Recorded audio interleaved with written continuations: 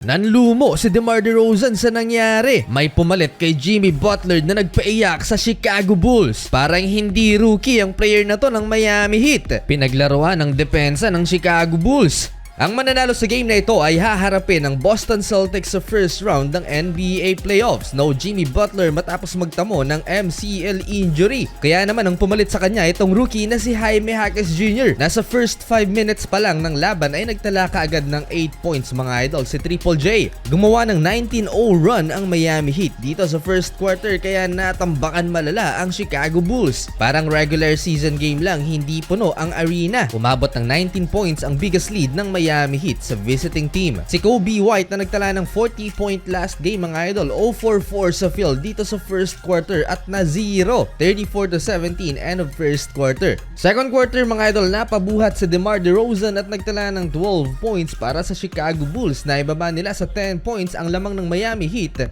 pero hindi sapat para tuluyang makuha ang momentum sa home team. Kung maaalala nyo mga idol, same scenario last year, Chicago Bulls at Miami Heat din ang nagtapat sa battle for 8 spot ng Eastern Conference. Halimaw noon si Jimmy Butler with 31 points, ganun din si Max Strus.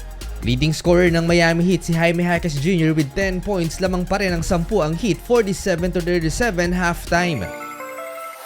To start the second half, agad na nag-init si Nikola Vucevic at naibaba mga idol sa 7 points ang lamang ng Miami, 49-42. Yun nga lang nagparamdam si Tyler Hero kaya hindi nagtuloy-tuloy ang run ng Chicago Bulls. 14 points na for Tyler, idagdag mo pa itong driving dunk ni Jaime Jaquez Jr. Iwan si Nikola Vucevic. 7-0 run, lamang ulit ng 15 points ang Miami. Tinutulugan ng mga Bulls defender itong si Triple J. Eto pa, libre, another dunk, hindi nagustuhan niya ni Alex Caruso. Showtime na lang Miami Heat. Eto, behind the back pass ni Tyler Hero sa corner kay Caleb Martin. Pasok ang 3-pointer mga idol at tuluyang na-hype ang crowd sa ginawa ni Hero. In control ang Miami. Eto pa, Bam Adebayo, rare 3-pointer na libre. Malungkot so far sa DeMar DeRozan. Nahirapan pa sila sa Miami na walang Jimmy.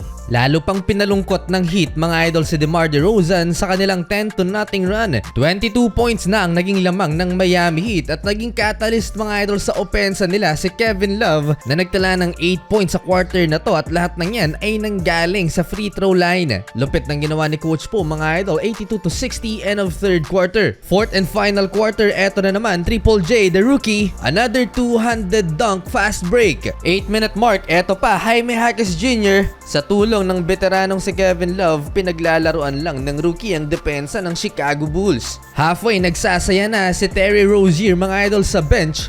Dahil sa napakalaking lamang ng Miami Heat, nilabas na si DeMar DeRozan at ang starting 5 ng Chicago Bulls surrender mga idol sa napakagandang performance ng rookie na parang veterano. Solid game din for Tyler Hero, 24 points, 10 rebounds, 9 assists. 21.6 rebounds, 6 assists in 50% shooting for Triple J at makakaharap ng Miami ang Boston Celtics sa first round ng playoffs.